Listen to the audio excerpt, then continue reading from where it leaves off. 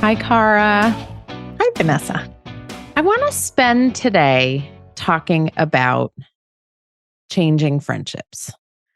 One of the topics that I have worked the most on over the past decade, that I have spent the most parenting energy on, that you and I talk about all the time, is the pain, the excitement, the worry around kids changing friendships, particularly in the puberty years, in the middle school and high school years.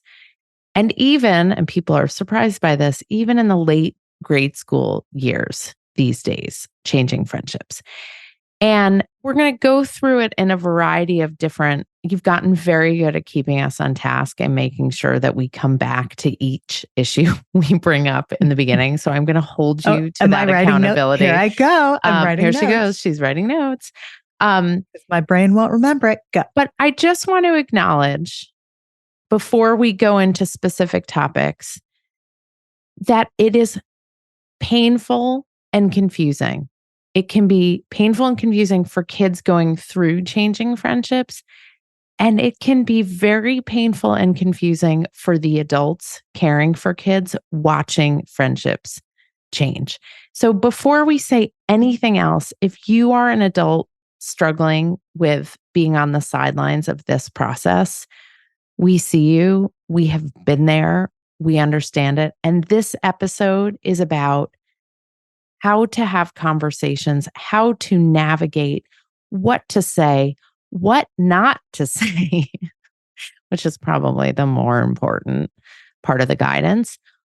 As you observe these transformations, shifts, all of those things, and to all of the teachers out there and the coaches out there who may not be parenting, but are caring for kids in really important and profound ways, this is as much for you as it is for the parents listening to this episode. Okay, I'm jumping in with an asterisk and a summary. You ready? The summary on my little Post-it notepad for the YouTube viewers. It's right here. It's a very short summary today. We are going to cover what to say and what not to say. Right? Okay, I'm going to keep you on task today. But my asterisk is I want to come in as the voice of sunshine and sparkles. And I want to say, it's not just strawberry shortcake. I know. It's Monday when we're recording this. You would never guess. I want to come in from the perspective of positivity, because when we talk about shifting friendships, we're talking about shifting friendships in two different directions. We're talking about moving beyond friendships. I think that's the painful, awkward, uncomfortable, nerve-wracking, frustrating part of it. And then we're also talking about gaining friendships. We're talking about new blossoming friendships and new connections. And that's the rainbows and sparkles part. And the inspiration for this episode actually comes from an essay in our book. This is so awkward. Modern Puberty Explained, in case you forgot the title. Publishing October 10th, 2023. Ding, ding, ding. At the end of each chapter in the book, there's 20 chapters. And at the end of each of chapters 3 through 18, there are what we call youth voice. It's actually called From People Just Out the Other Side. And those pieces are written by the 18 to 22-year-olds, interns, and other contributors to the book who gave their perspective on the particular topic. And one of the young people who wrote a piece for the book in the friendship chapter talked about moving cities during middle school and starting a new school. And I want to begin there, strawberry shortcake, with he does talk about the challenges and the difficulties of moving, but he also talked about the upside. And I want to let his perspective on the upside color how we go forth in this conversation. And he said that moving schools allowed him to reinvent himself, and it allowed him to become more of a version of himself than he had been able to be at his old school, with his old friends, in his old community. And so if we come at this topic from the perspective of reinvention, of self expression, of self exploration, of finding new connections.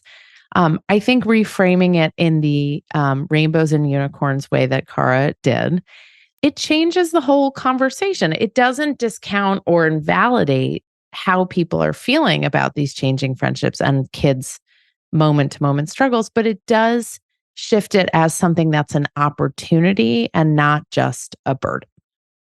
Right. And to just add that he moved cities. So his parents chose to move from one city to another. So this was not a case of a kid saying, I need to move schools for any number of reasons. And sometimes that reason is social.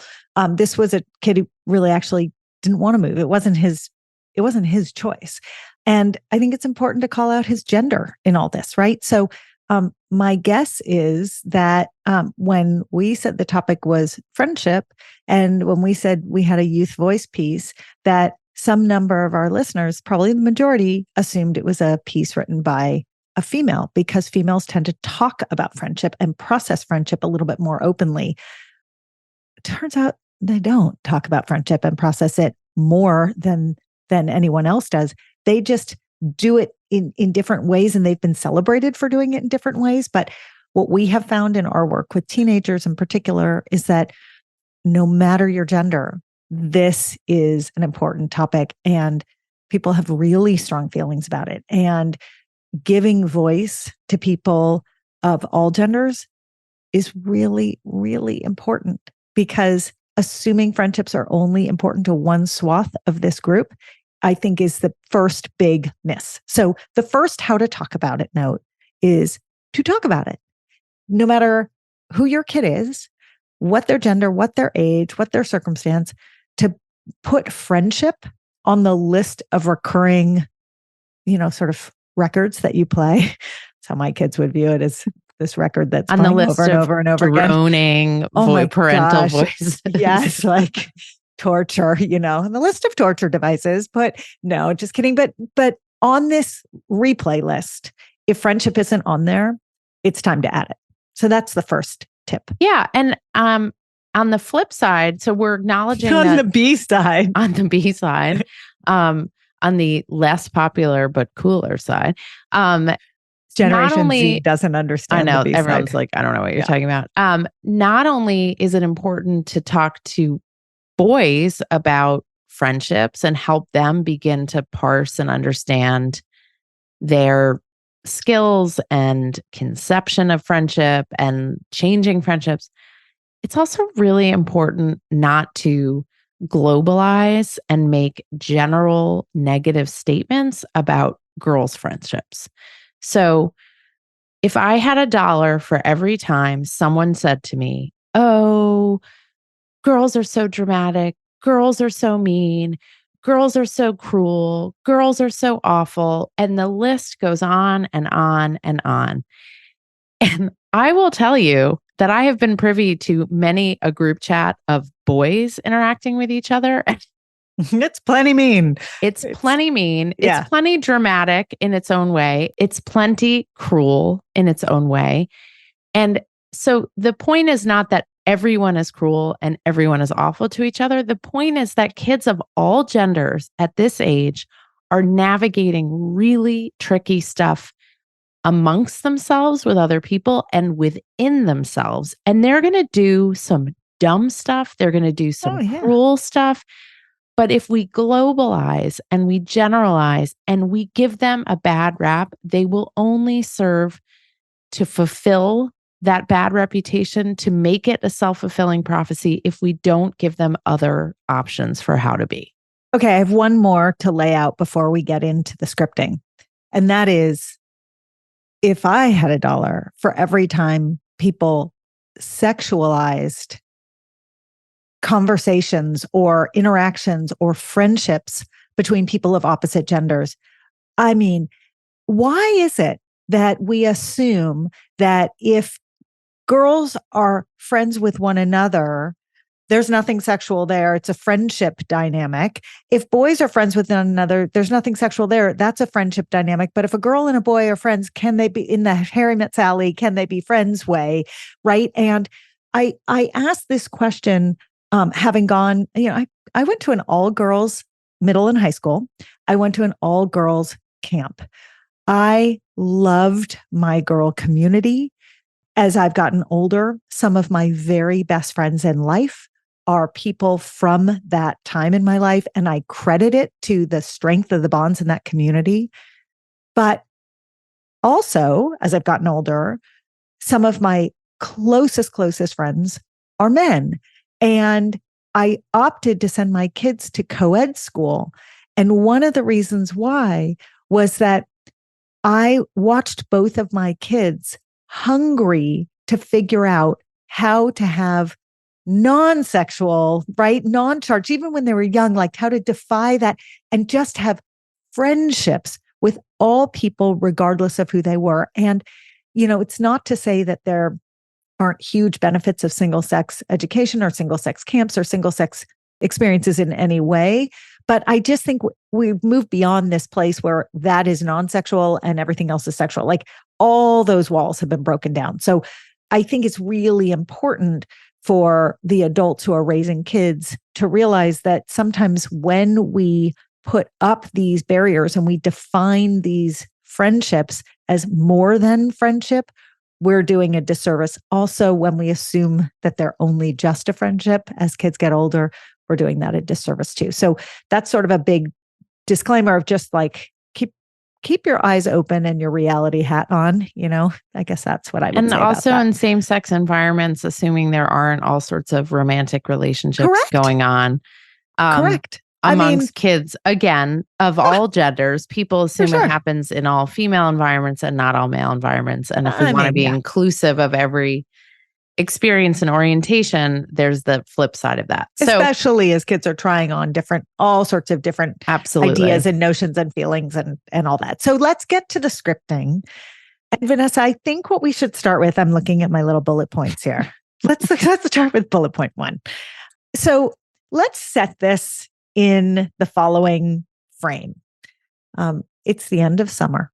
So let's set it in a moment of transition. Yes. And I'm trying to think if we should do it for a kid of a specific age. And I do think we should do sort of a little script for a tween and then a script for a teen. Yep. And let's have that tween. We're gonna take a kid who, however, in your mind's eye, listener, however it works for you. So maybe that tween was away at sleepaway camp and made friends at sleepaway camp that are new to you that you don't know. Maybe that tween was at home, but having experiences in your own city that you were working during the day or you were not at their program during the day. And so these kids are new. So the first script I want to get, Vanessa, is what's the language around talking to kids about feeding and watering new friendships that have cropped up over the summer with kids that you don't know, right? It's not like you've had any interaction.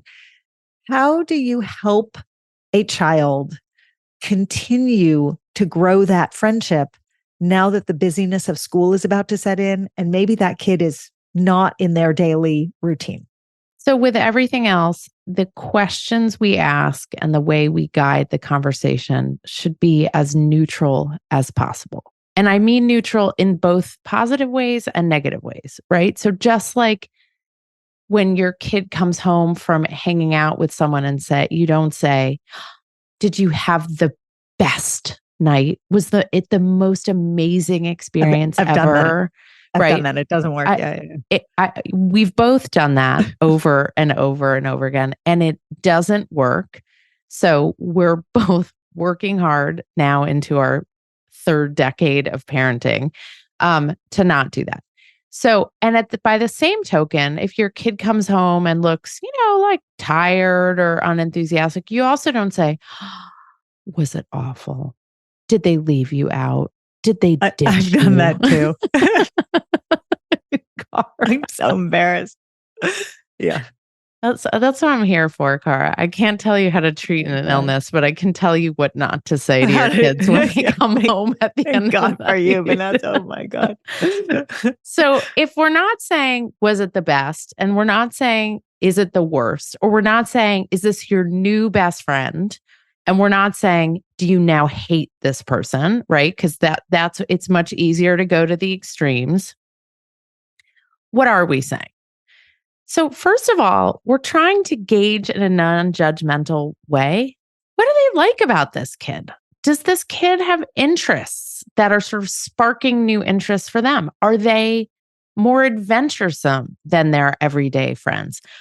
Are they more thoughtful? Are they kinder? Do they do sort of gifts of loving kindness, for a phrase that you would never ever use with your own child, but amongst adults we understand what that means, right? Are they caring? Do they show that they're thinking of them? Are they more responsive over text or Snapchat than their school friends are? Are they funny in a way that's new? Do they like music in a way that's refreshing? Are they interested in movies or art or a sport that this kid is interested? Like, so you're just trying to gauge, like, this is so cool. I love that you're like exploring this new relationship. I'm wondering what it is about them that feels like fun and interesting. Okay. As you're saying all those things, here's what's going through my mind. So the first is you can start with an open-ended question. But if that lands flat, you can go through a list exactly like Vanessa just did and prompt them, asking them specifically, is this the thing you like about them? Is this like, I'm just going to guess. I really want to, you're getting curious. So getting curious is a really, it's a useful tactic, frankly, all day, every day, but specifically in this conversation. The other thing that's crossing my mind as you're going through this list, Vanessa, is that especially for tweens, a lot of their friendships are at this point pretty lifelong, right? They've been friends with this group of kids that they're friends with, or a kid that they're friend with, probably since maybe kindergarten, maybe before kindergarten. Even if it's a relatively new friendship, they're so young that it's a large fraction of their life so shifting to a new friendship can be a breath of fresh air just because it allows for that reinvention that was described in the essay in our book. It's even at age 9 or 10 or 11, it is a real relief to be able to be someone slightly different with another person.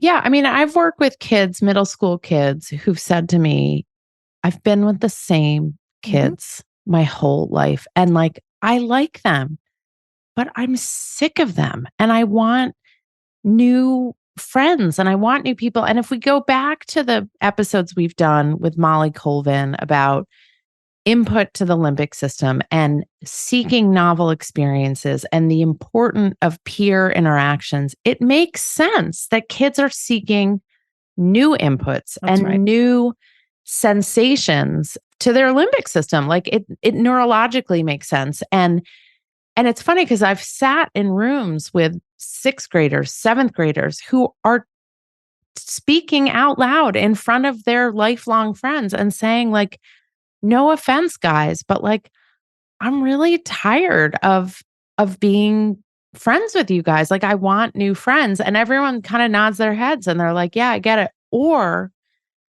they're like, oh, my parents like tell me I have to stay best friends with the kid I've been best friends with forever. And like, it's not up to them. It's not up to my parent. It's up to me. So this is the next one I want to go to, which is now the scenario of the tween. We're still in the tween years. We'll get to teens in a second. But the tween who is letting a friendship go. And the end of summer is a very common time for this to happen. Interestingly, when they're starting the new school year, they're coming into the new school year declaring that they're going to have new friends, which is a really interesting phenomenon that makes a lot of parents feel alone. And hopefully it helps to hear that it's really, really, really common. Mm-hmm. And so that's very scary for parents. And what you just described, which is my parents are telling me I have to stay best friends with them, is a very, very common first pass response from the parents for really good reasons, for a lot of very thoughtful and smart reasons. But ultimately, I think figuring out how to have a conversation with that kid about why they want to move on and how, if you're going back to a school, whether you have 5 or 500 kids in your grade, but let's assume in the tween years, the school classes are at least a little smaller. So there's a little more, there are more optics here, right? It's not so easy to just slink into a different cluster of people and no one notices. So what do those conversations look like where the adult in the situation has let go of the fact that the kid does not want to stay best friends with the same person this year, that something has shifted? How do we engage there without making a kid feel like they have to stay in the friendship? Yeah. I mean, I think just acknowledging what you're noticing, right? Hey, I notice that you're less interested in hanging out with so and so. And I totally get that. And it's really normal to want to explore new friendships at your age. And like, I'm not judging you for that, but I am going to hold you to some expectations about your behavior and how you treat this other person. And in my head, as a parent, I'm thinking to myself, you don't know when you're going to need this friendship again. You don't know if this group of people that you're becoming friends with are actually the people you want to stay friends with. And you know that this previous friendship is a trusted, kind human being. You don't know if the previous friend, like how they're going to react and how they're going to treat your kid, right? So you're helping your kid create a baseline so that even if they're not continuing to like water and feed that friendship on a daily basis, there's still a connection between them that can go back to, and it's just human decency, right? Like often when friendships change, there can be some cruelty and some real fallout. And I think it is within our realm of our responsibility to help our kid not like go for a scorched earth approach to a friendship in transition.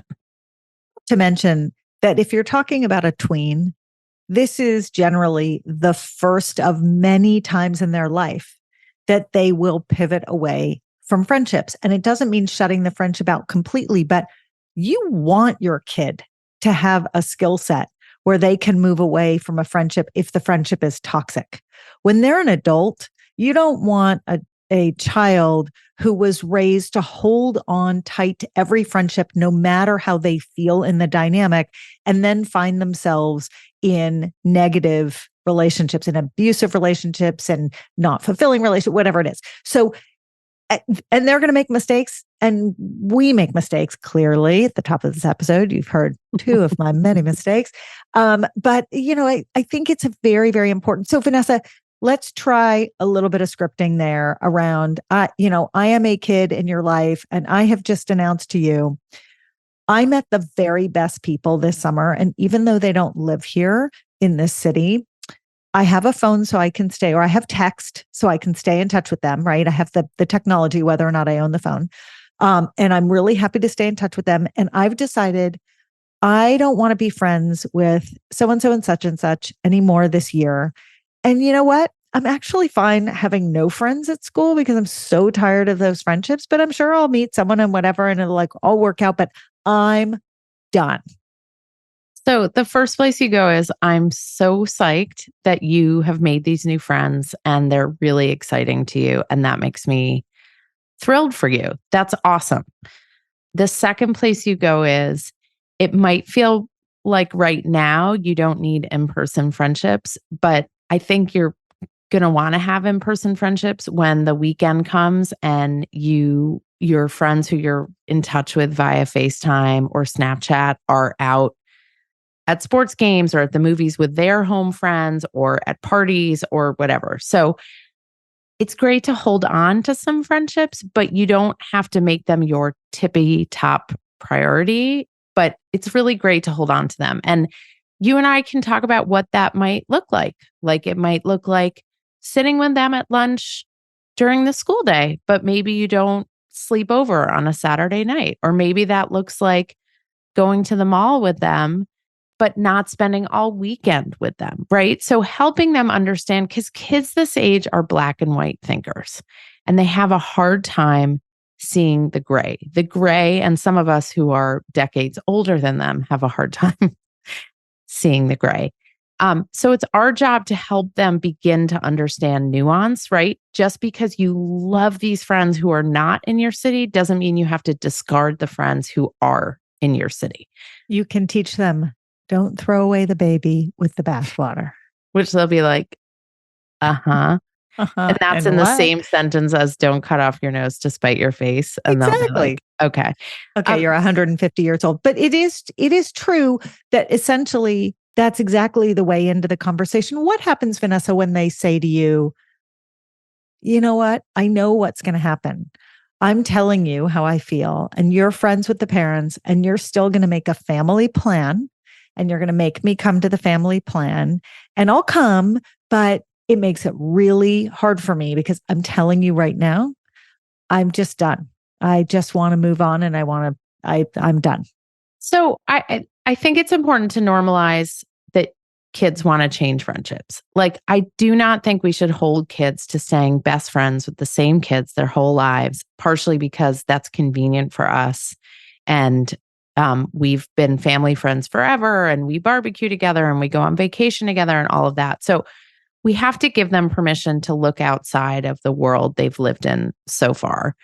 And so I think that's fine. I think that we can't force kids. There's certain things we can hold them accountable to, but then we can't overdo it. So just because it's in our interest doesn't mean we make a plan every weekend and then our kid ends up having to hang out with this other kid.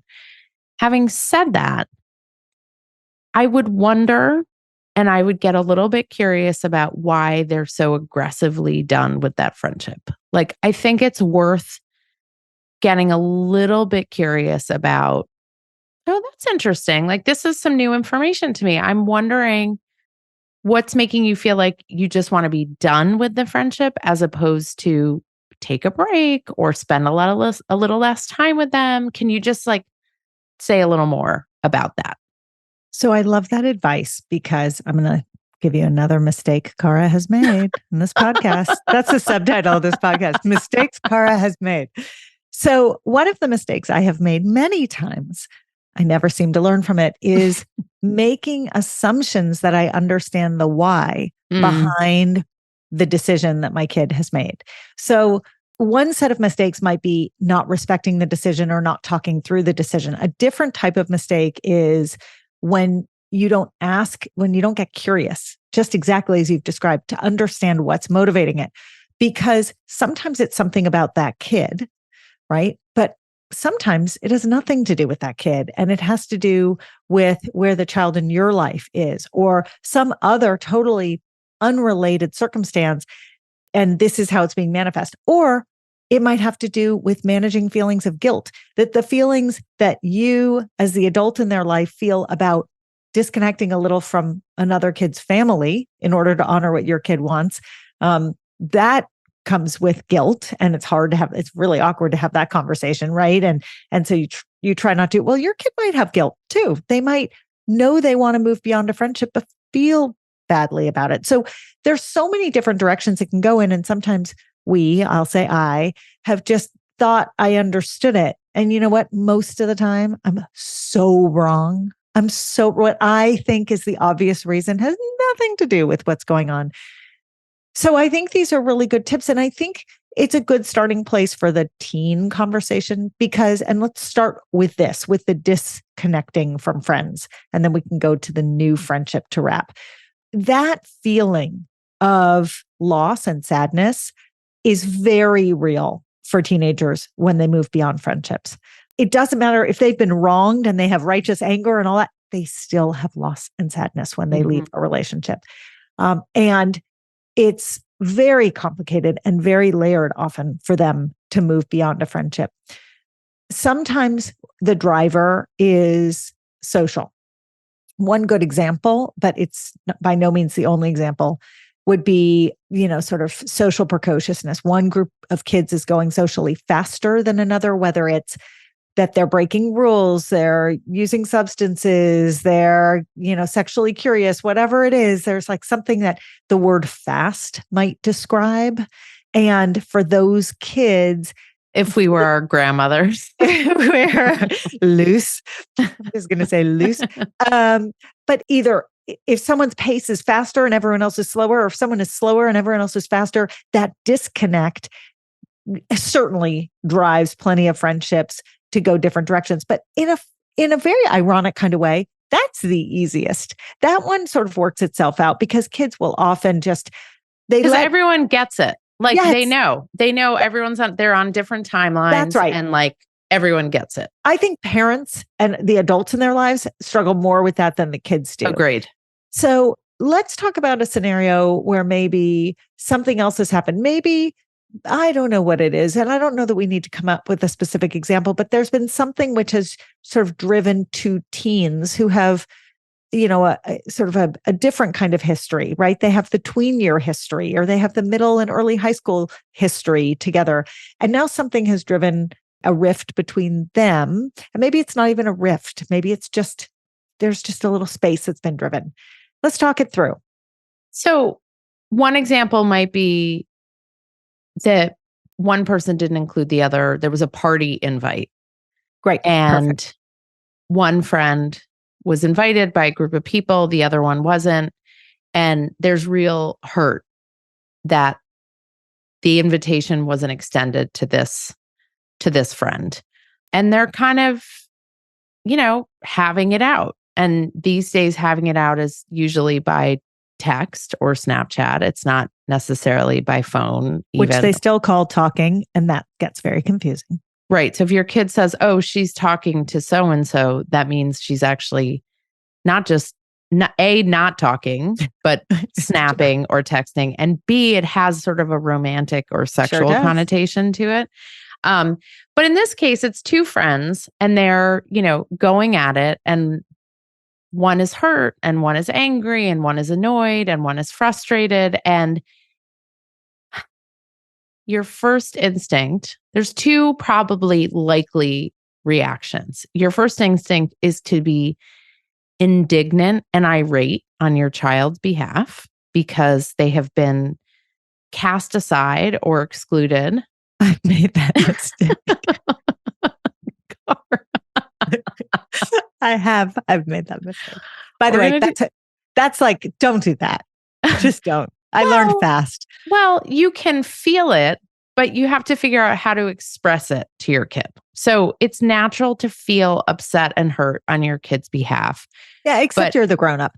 I mean, at a certain point, it's like, get out of your kid's way. I know, but you don't have I'm saying this to myself. You don't by the way, have Vanessa. to say it. You just can clock Correct. that you're having a really strong reaction to your kid being left out. Correct. So that's one reaction. Another really common reaction is, oh, stop being so dramatic. Like, what is the big deal? It's just one party. Like, who cares? You're going to have a million parties in your life. And like, why do you want that friend anyways? Like, if they're not going to include you, then just like stop being friends with them. I'm guessing that's not so useful. Ding, ding, ding. But it is a normal and natural reaction. And anyone listening has probably had both of those reactions in different situations at some point. And so it's great to clock your initial reaction. And then you've got to kind of deflate it and put it aside so that you can support your kid in a way that is helpful. So I want to remind everyone of advice we've gotten in the past from Lisa D'Amour, from Eliza Pressman, from Tina Bryson. And the A-team. The A-team. Forget Mr. T. This is the A-team. And the response, the first response goes something like this.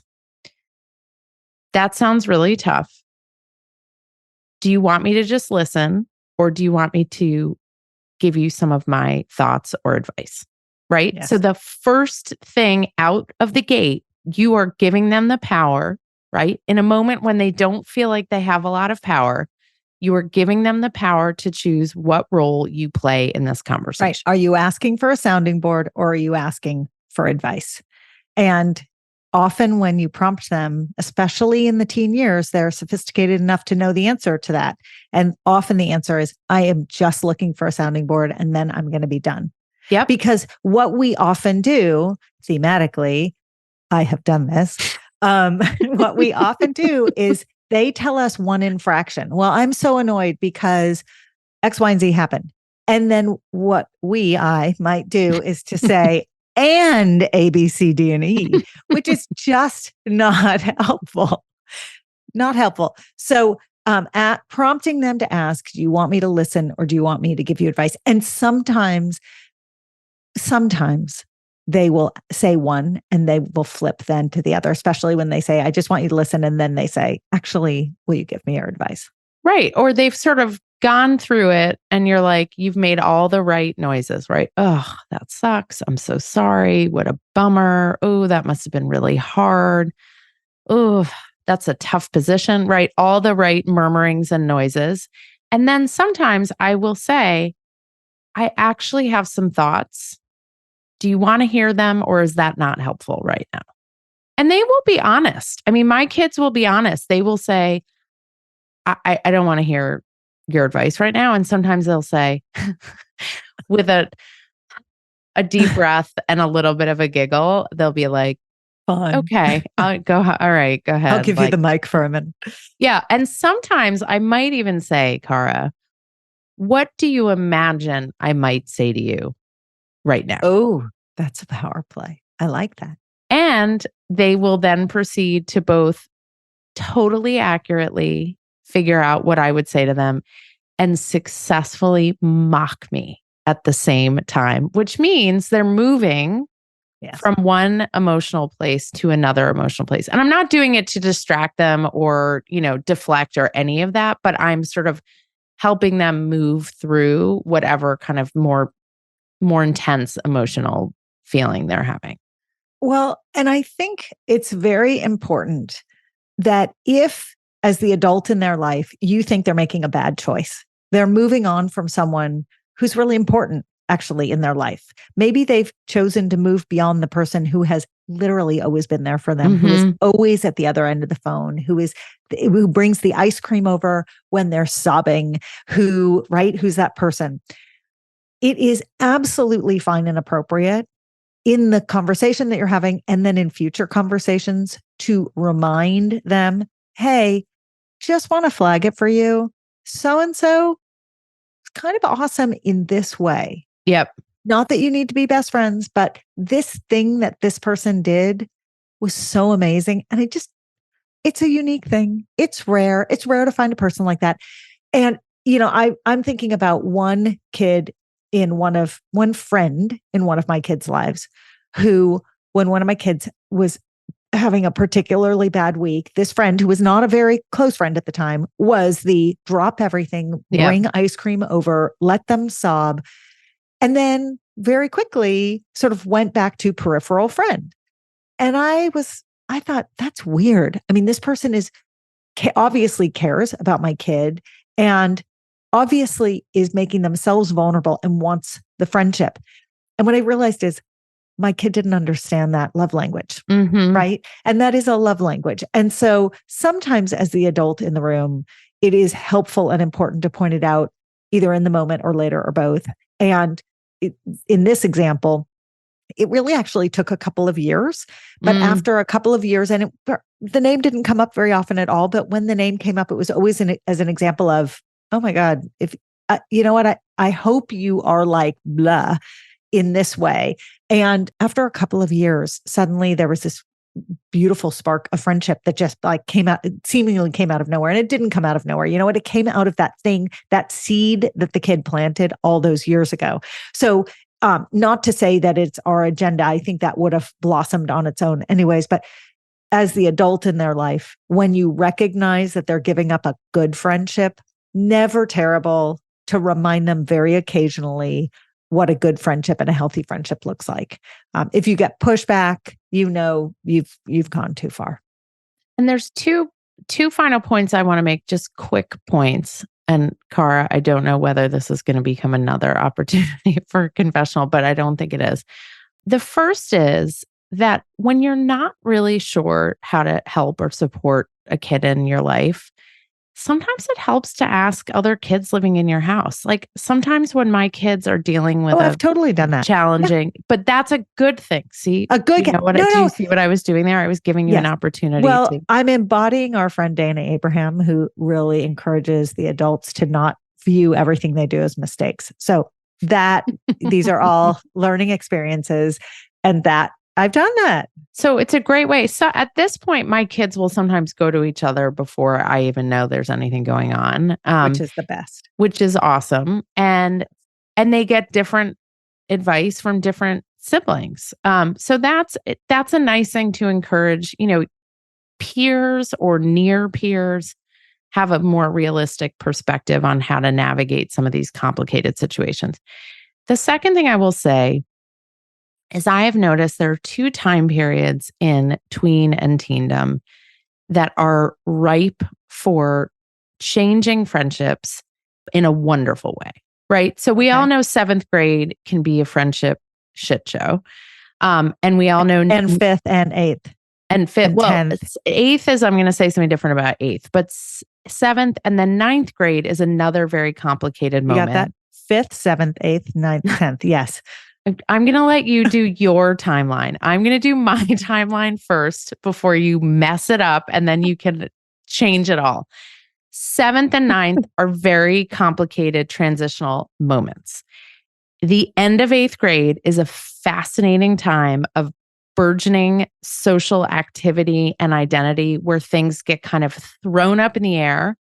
And there's also all sorts of new stuff that happens and some very cool, interesting realignments and explorations. And I don't mean explorations by sexual or substances. I mean literal social explorations. So I always hear from parents like, what's happening? Everything's changing all of a sudden. There's like 3 weeks left of eighth grade and everything's different. So yes, junior and senior year, I mean, particularly like the last 2 months of senior year, but the second half of high school is another time when all of a sudden the kids they weren't interested in talking to, they'd like never hung out with, all of a sudden those people are like interesting and cool and fun. And they're like, want to spend time with them. And that's another opportunity. They don't necessarily ditch their old friends, but all of a sudden they're like open to these new relationships in a very cool way. So you've picked in 8th and 12th, especially, you've picked two very universal moments of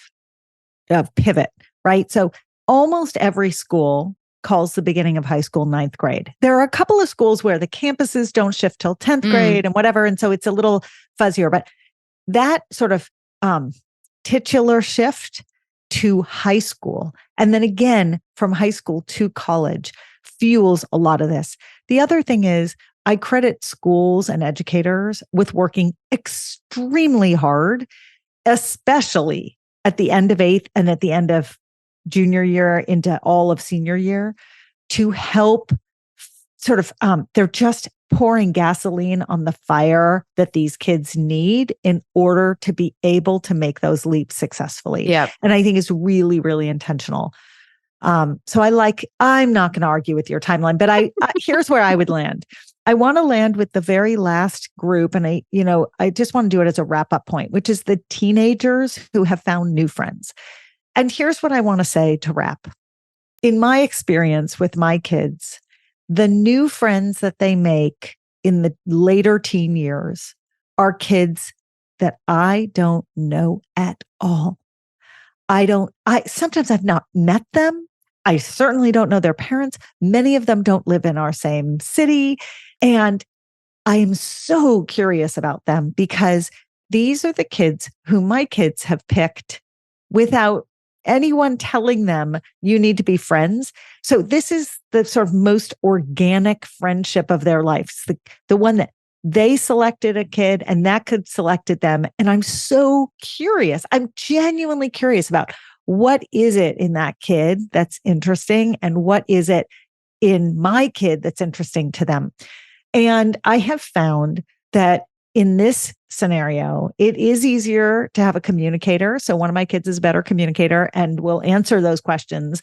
I do ask both of my kids, and one of my kids just can't really point anything super specific because that's just sort of that's just who he is and how he is. And it's very sort of intangible, what's drawing him to other people.